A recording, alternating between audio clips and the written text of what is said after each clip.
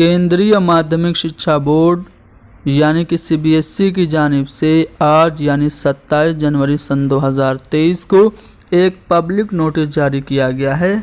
चलिए इसे समझते हैं, इसमें क्या बात कही गई है।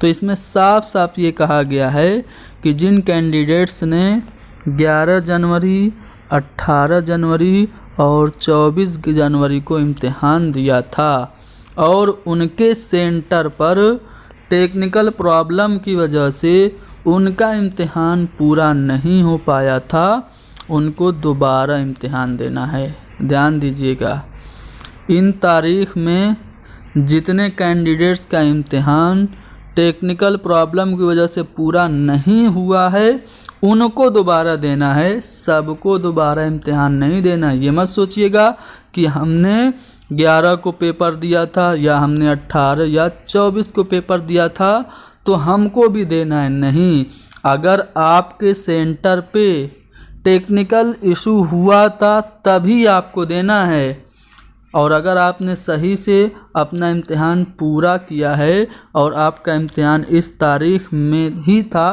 तब भी आपको इम्तिहान दोबारा नहीं देना है। ठीक है, एहतियात की बिना पे आप लोग ऑफिशियल वेबसाइट पे जा कर के अपना application number, date of birth डाल के चेक कर लीजिए।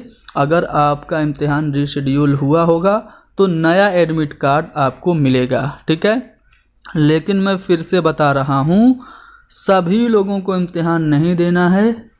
इन तीनों तारीख़ों में जिन जिन कैंडिडेट्स का इम्तिहान टेक्निकल प्रॉब्लम की वजह से पूरा नहीं हुआ है उनको देना है, सबको नहीं देना है। तो ये छोटी सी बात थी, मैंने आप लोगों को समझा दिया। बहुत ज़्यादा फ़िक्रमंद होने की ज़रूरत नहीं है। इसको शेयर कीजिए ताकि बाकी अफराद जो कन्फ्यूज़न में हैं उनको भी ये बात समझ में आ जाए कि किसे किसे इम्तिहान देना है।